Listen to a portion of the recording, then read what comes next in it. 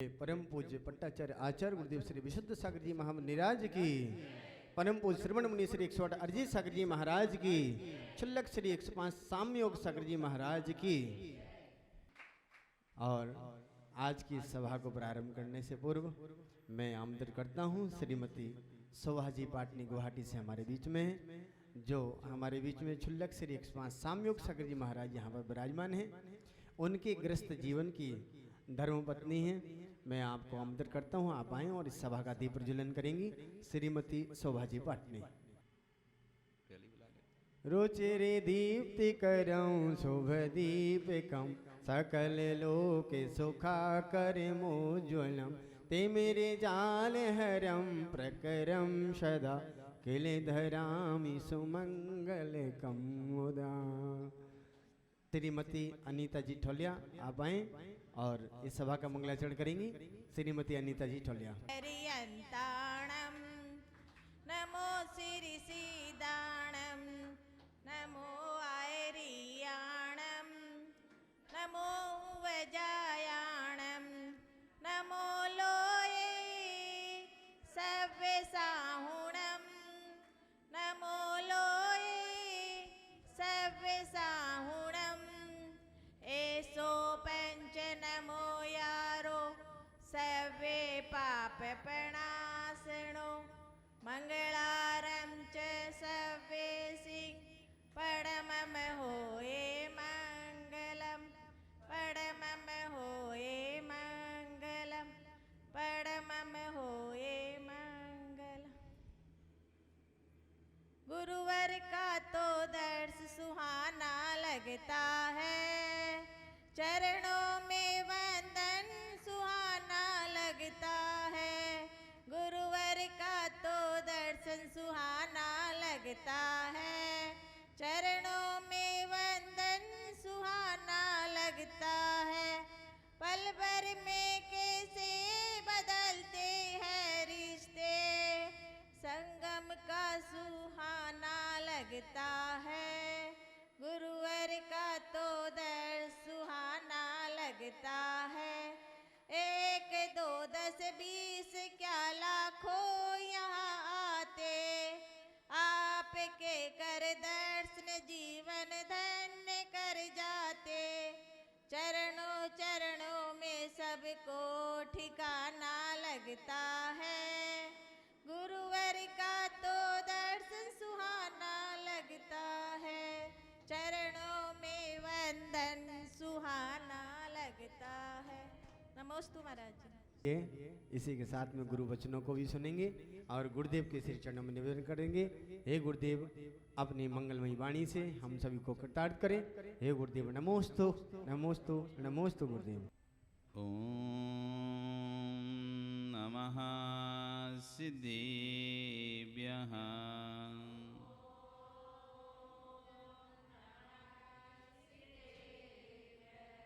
ओम नमः सिद्धेभ्यः।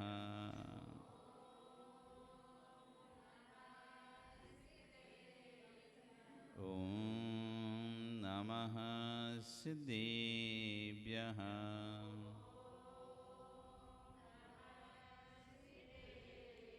तिर्यणि खग्गिणाये रुत्तारी मोहि सिर सिरेणि विहु, आयरी राव बसियो परवादीण्यो भव्य झीलोए। नमो हरिहंताणं, नमो सिद्धाणं, नमो आयरियाणं, नमो वज्रायाणं, नमो लोये सव्य साहुणं।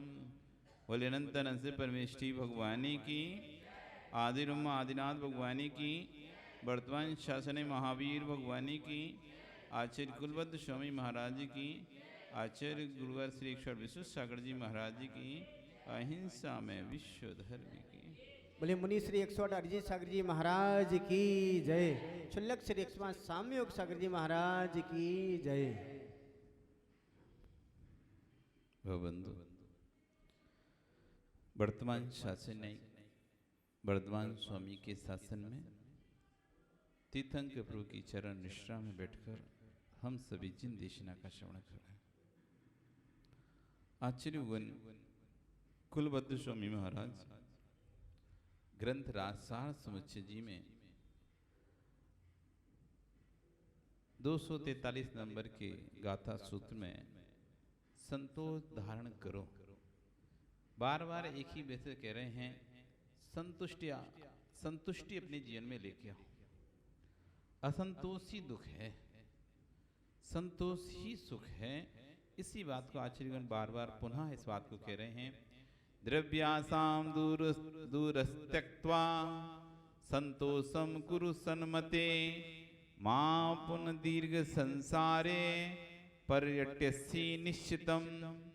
द्रव्यासाम दूरस्त्यक्त्वा, द्रव्यों की आशाओं को दूर से ही छोड़ दो।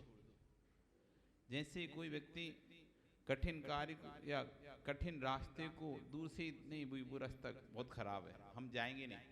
कोई कितना भी कहता है नहीं हमने देखा है, पता है वो कठिन है, खराब है, या बहुत उसमें गड्ढे हैं, उस रास्ते से दूर से ही त्याग कर देता है। कहीं पर आग दिखती है तो आदमी भी नहीं, हम नहीं जा रहे, दूर से छोड़ दिया। ऐसे ही करें, द्रव्यों की जो आशाएं हैं आप दूर से ही उसको त्याग कर दो। दूरस त्यक्त्वा, त्याग करके क्या करो? संतोषम कुरु सन्मते, संतोष को सन मने अपने मन में धारण करो। जो है जितना है उतना अच्छा है, जितना मिला है, जो मिला है वो पर्याप्त है, जो प्राप्त है वो उतना हमको पर्याप्त है। भाग में होगा तो और मिल जाएगा, नहीं है तो जो है इतना ही हमारा भाग था। हमेशा हम अपने भाग से ज्यादा सोच लेते हैं, इसलिए दुखी होते हैं। भाग में कम रहता है हमारे और हम सोच बहुत ऊंचा लेते हैं। अब कितना भी तुम प्रसाद कर लो, फिर जो भाग में मिलेगा वही तो मिलेगा, उससे ज्यादा तो कुछ कर नहीं सकते, तुम बढ़ भी नहीं सकते। इसलिए आचार्य कह रहे हैं संतोषम कुरु सन्मते, अपने मन में संतोष को धारण करो कि जो है जितना है जैसा मिला है वो ठीक है। लोगों के पास तो उतना भी नहीं है, मेरे पास जितना है दूसरे के पास तो उतना भी नहीं है। मैं फिर भी देखो कितना संकलित हो रहा हूं। यदि व्यक्ति अपनी वस्तुओं को देखे, आपके पास इतना सब कुछ है, यदि आप उसकी वैल्यू करें तो आपको लगेगा कि मेरे पास इतना है, औरों के पास तो इतना भी नहीं है। नीचे देखो, गरीबों को देखो कैसा जीवन जीते हैं। हमें तो इतना अच्छा जीवन जीने मिलता है, तब भी आप ताने मारते हो, क्या ऐसे घर में शादी करती माता पिता ने, कुछ नहीं, देखो तो ना अच्छे से रह पाते, ना अच्छे से पैसे खर्च कर पाते, ऐसे गरीब घर में। इतना होने के बाद भी व्यक्ति के मुंह से निकलता है ऐसे गरीब घर में शादी कर दी। जब सब कुछ है, मकान है, सब कुछ है, तब भी क्या कह रहा है? गरीब घर में शादी कर दी। किस अपेक्षा से? मन मर्जी का लुटाने नहीं मिल रहा।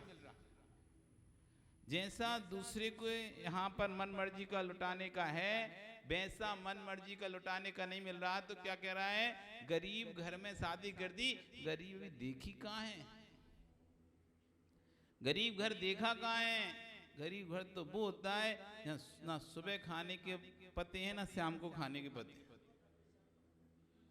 सुबह कमा के लाएंगे तब खाएंगे और शाम को भूखे पेट सो जाएंगे, उसे कहते हैं गरीबी। यहाँ तो कभी भूखे पेट सोने की नौबत नहीं आने वाली।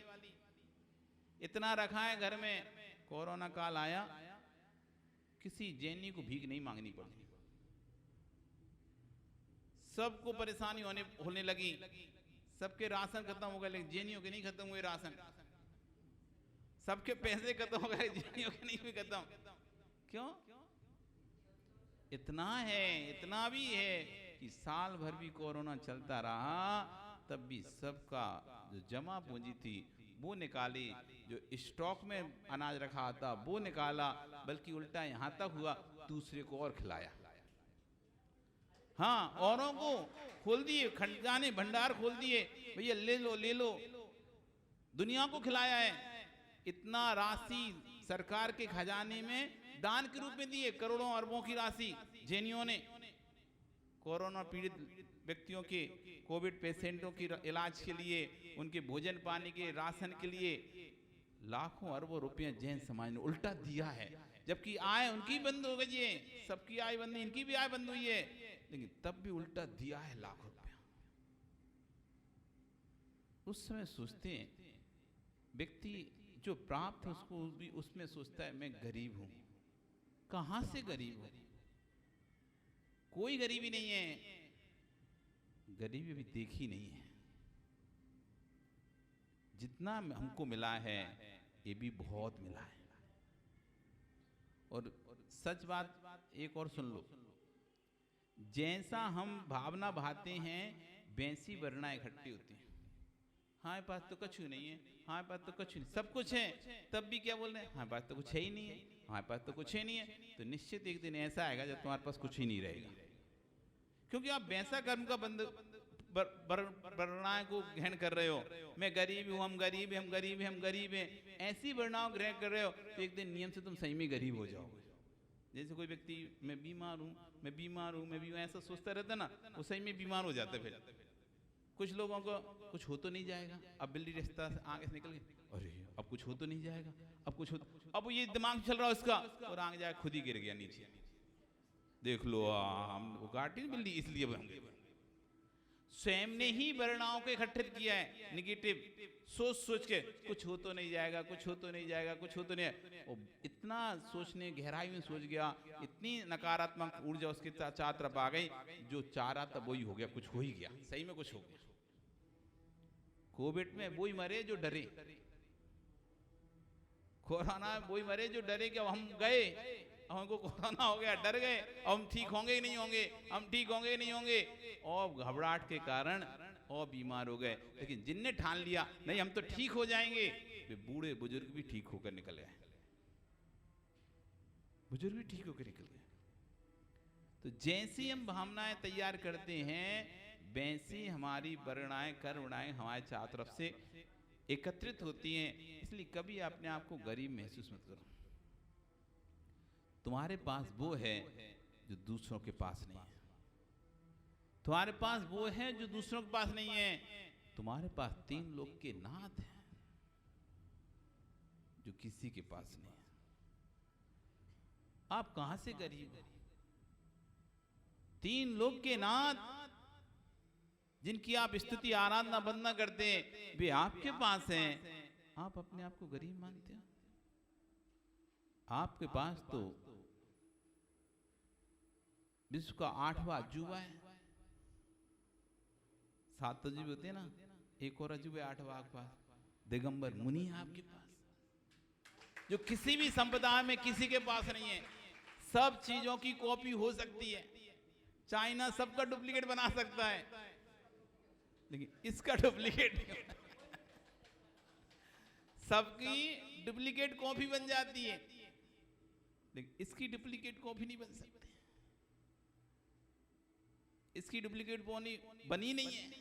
ये जो भी है ओरिजिनली है, और डुप्लीकेट चलता ही नहीं है इसमें, कुछ दिनों में खत्म हो जाता। एक बहुत अच्छा कथानक आता था कि एक व्यक्ति दिगंबर मुनियों की सदैव बुराई करता है, क्या ही है, कोई भी रह लेगा, ये खाओ पियो मस्त, कुछ घर में कोई काम ना हो तो मुनि बन जाओ, आराम से खाओ दोनों हाथों से मस्त, और कुछ भी करना भी नहीं पड़ता, पूजा भी होती वो भी होता है। इस तरह से उनका अब करता रहता था चर्चाएं। उस सेठ को पसंद नहीं आती थी कि इस तरह से बातें करता है, इसको सिखाना चाहिए, सबक सिखाना चाहिए। ऐसी अवहेलना उससे बर्दाश्त नहीं हुई तो उसने एक दिन उस व्यक्ति को बुलाया, बोला कि आपको लगता है कि दिगंबर मुनि बनना आसान है और कोई बन सकता है, क्या आप बन सकते हो? हाँ बन सकता हूँ, क्यों नहीं बन सकता? उसके ठीक एक काम करिए, मैं जा रहा हूँ विदेश यात्रा के लिए, और मेरा नियम है कि मुनिराज को पड़गान करके ही हार देता हूँ।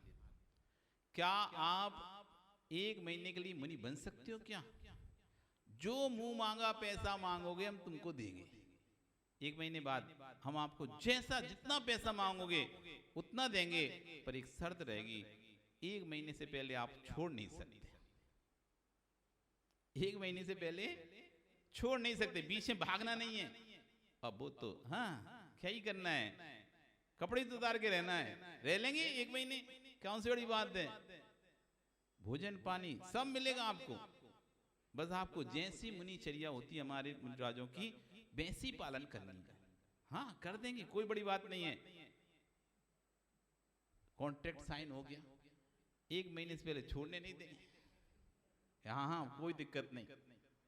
और व्यापार के लिए निकले, पहला दिन प्रथम दिन मुनिराज बनने के लिए आपको वस्त्र उतारना पड़ेगा। कोई बात नहीं, लो उतार देना, वस्त्र उतार फेंक दिए।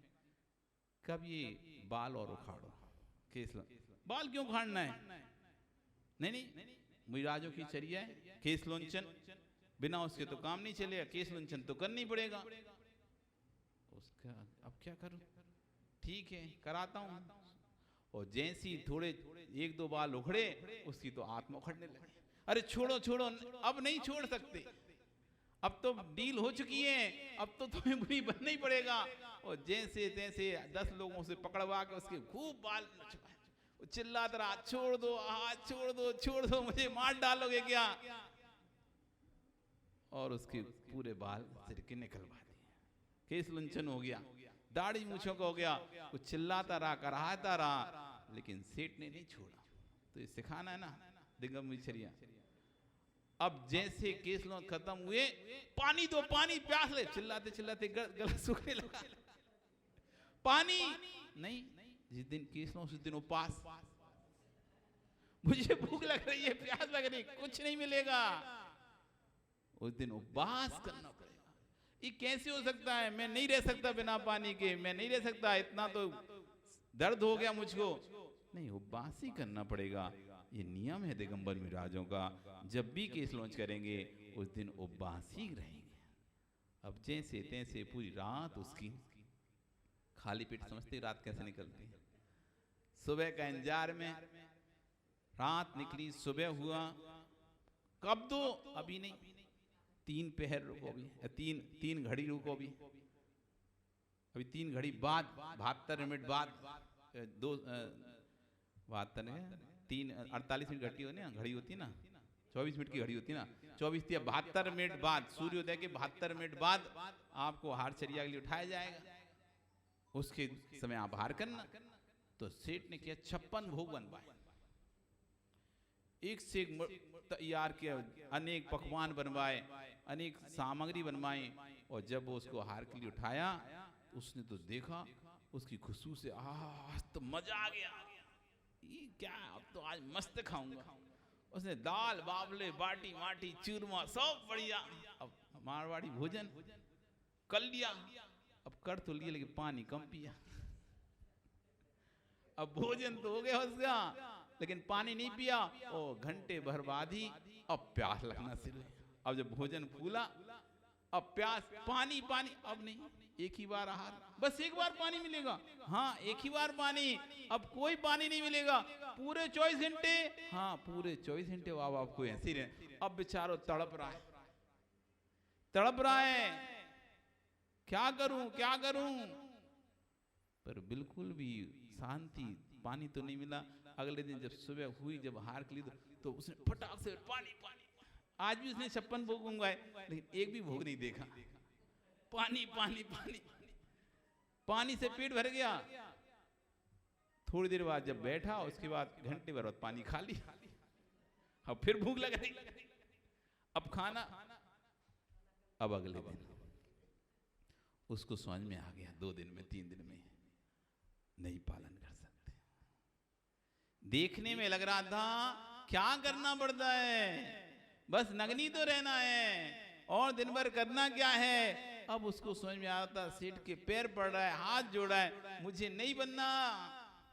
मैं समझ गया दिगंबर बनना आसान नहीं है, दिगंबर वही बनना आसान नहीं है। इसलिए अब मुझे माफ कर दो। केसर सिंह नहीं, अब तो तुम्हें रहना पड़ेगा। उसने अनेक, तब सेठ ने उपदेश दिया, उपदेश संबोधन किया और उसको लगा कि आगे कभी भी तुमको दिगंबर मुनि की हंसी नहीं करना चाहिए। ये चर्या ऐसी है जिसे कोई भी पालन नहीं कर सकता। ये डुप्लीकेट नहीं है, ओरिजिनल ही होनी पड़ेगी। एक ब्रह्म गुलाल की कथा है। भैरूपिया था, भैरूपिया उसने अनेक रूप दिखाता था, राजमहल में अनेक रूप दिखाता था। राजा के सामने सब राज लोग सब प्रसन्न होते थे, राज दरबारिया प्रसन्न होते, सब प्रसन्न होते थे। एक दिन राजा को कुछ मंत्री थे, उसको उससे ईर्ष्या थी। उसने राजा को बोला कि इसको बोलो कोई अच्छा सा रूप बनाए जो भयंकर हो। तो राजा ने उसको कहा तुम एक काम करो, सिंह का रूप बना के आओ। उसका राजा नहीं, सिंह का नहीं बनाऊंगा। किसी की के साथ कुछ भी घटना हो सकती है, क्योंकि मैं जब मैं रूप बनाता हूं तो उसी में तन्मय हो जाता हूं, उसी जैसा हो जाता हूं। और उसी बीच में यदि किसी के साथ कुछ घटना हो गई तो उसकी जिम्मेदारी कौन होगी? या तो आप मुझे अभयदान दो कि कोई भी किसी के साथ कोई भी घटना घटेगी तो आप इसका दोषी मैं नहीं हूंगा, तब तो मैं बना सकता हूं, अन्यथा मैं इस प्रकार का सिंह का रूप नहीं बनाऊंगा। राजा ने बड़े आग कहा नहीं, आपको तो बनाना ही पड़ेगा और मैं तुमको भरी सभा में सबके सामने घोषणा करता हूं, वरदान देता हूं, तुम बना के आओ सिंह का रूप। ठीक है स्वामी, कल प्रातः काल मैं सिंह का रूप बनाकर आऊंगा, पर मैं आपको अभी से पहले सचेत कर देता हूं, आप लोग सावधान रहना, क्योंकि सिंह तो कहीं भी झपटा मार सकता है, पंजा मार सकता है, किसी को भी हानि हो सकती है, इसलिए उसकी जिम्मेदारी मेरी नहीं होगी, इसलिए आप लोग सतर्क रहना। अगले दिन राजसभा लगी। ब्रह्म गुलाल सिंह का रूप जैसे ओरिजिनल शेर ही हो ऐसा रूप बड़े बड़े पंजों से सहित, नुकीले पंजों से सहित सिंह का रूप बनाकर पूरी आवाज निकालते हुए दहाड़ते हुए राजमहल में प्रवेश करता है। उसकी दहाड़ सुनकर सारे राज दरबारी कांप जाते हैं, जैसे सच में ही सिंह आ गया होगा। और सिंह आता है, सभी लोग बैठे थे और सिंह ने आके अचानक झपटा मारा और झपटे में राजपूत की गर्दन पर उसके नाखून लग गए और उसी समय तुरंत राजपूत का देहांत हो गया, मरण हो गया। पूरी सभा में एकदम शोरगुल हो गया, क्या हुआ क्या हुआ क्या हुआ। ब्रह्म गुलाल थोड़े समय बाद अपना रूप बदला, तब तक तो बच्चे के प्राण जा चुके थे। अब तो राजा अपनी संतान को अपने सामने मरते हुए देखा, क्रोध का पारावार नहीं था, लेकिन कर भी कुछ नहीं सकता था, क्योंकि पहले उसने अभयदान ले लिया था और पहले बोल दिया था किसी के साथ भी आप अपनी सुरक्षा स्वयं रखें। अब पूरी सभा में तो बोलता था तो उसको कुछ दंड भी नहीं दे सकता था। ब्रह्मगुलाल को बुरा लगा कि आज गलत हो गया, लेकिन क्या ही कर सकता था, उसकी तो गलती नहीं थी। उसने पहले बोल दिया था मेरा तो कहीं भी हाथ लग सकता है, झपट पड़ सकता है। अब वो चला गया वापस। राजा के अंदर तो एक प्रतिशोध की ज्वाला जल रही थी। मंत्रियों से मंत्रणा की कैसे इसकी बदला लूं। मंत्रियों ने कहा इसको बोलो आप दिगंबर मुनि का भेष बना के आए। उसको बुलाया गया अगले दिन, आपको दिगंबर मुनि का भेष बना के आना है कल। उसे नहीं स्वामी, मैं सारे भेष बना सकता हूं लेकिन दिगंबर मुनि का भेष नहीं बना सकता। राजा ने कहा राज आज्ञा है, क्योंकि सबको पता थे बना नहीं पाएगा, वो बना नहीं पाएगा तो राजा को बता दिए थे नहीं बनाए ना फिर आप मृत्यु दंड दे देना इसको। राज आज्ञा को उल्लंघन किया ना तो राज आज्ञा के उल्लंघन में आप फिर इसे मृत्यु दंड दे सकते, वैसे नहीं दे सकते। आपको दिगंबर मुनि का भेषी बनाना है, नहीं तो मृत्यु दंड दिया जाएगा। उसका ठीक है, सुनिए 7 दिन का समय दो, मैं 7 दिन में आपको दिगंबर मुनि का भेष बनाकर दिखाता हूं। समय निकला, 7वें दिन ब्रह्म गुलाल दिगंबर मुनि का भेष बनाते हुए राजमहल में जैसे प्रवेश करते हैं सभी सभासद खड़े हो जाते हैं। खड़े हो गए, राजा भी अपना स्थान छोड़ देता है ब्रह्म गुलाल आसन पर बैठते हैं, उपदेश देते हैं और उपदेश देकर जाने लगते हैं। तो राजा कहता है बहुत सुंदर आपका, अब आप कपड़े पहन लीजिए, अब आप अपने ओरिजिनल रूप में आ जाइए। तब ब्रह्म गुलाल कहता है ये खेल खेल में भेष बनाया है, लेकिन भेष के बाद खेल नहीं होता है। खेल खेल में भेष तो बनाया जा सकता है, लेकिन भेष बनाने के बाद फिर खेल नहीं होता। ये खेल वाला भेष नहीं है। मैंने वास्तव में दिगंबर दीक्षा को धारण किया है, इसलिए मैंने आपसे 7 दिन मांगे थे। मैं अब वास्तव का ही दिगंबर मुनि हूं। अब मैंने घर परिवार सबका त्याग करके ये दिगंबर भेष को धारण किया। अब घर नहीं, अब मैं जंगल जाऊंगा। उसके पत्नी बच्चे सब रोक रहे, लेकिन अब तो ब्रह्म गुलाल खेल खेल में स्वांग रचायो, जिन मत की दीक्षा धारी, ऐसे ब्रह्म गुलाल में राज।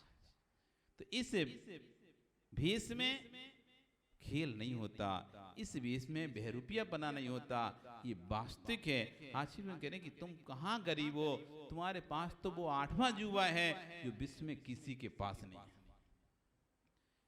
आपके पास दिगंबर मुहिराज है। अमीर हो के गरीब हो मदन जी, सोचो कहाँ कहाँ प्रॉपर्टी है, याद कर लो। जोराट में कितनी है, गुवाहाटी में कितनी है, गांव पे कितनी है, कितनी जमीन है, क्या कहाँ है, सब याद करो। बहुत है, बहुत है। तो अमीर हो के गरीब हो, बाहर की संपत्ति से आप अमीरी गरीबी का नहीं लगाओ।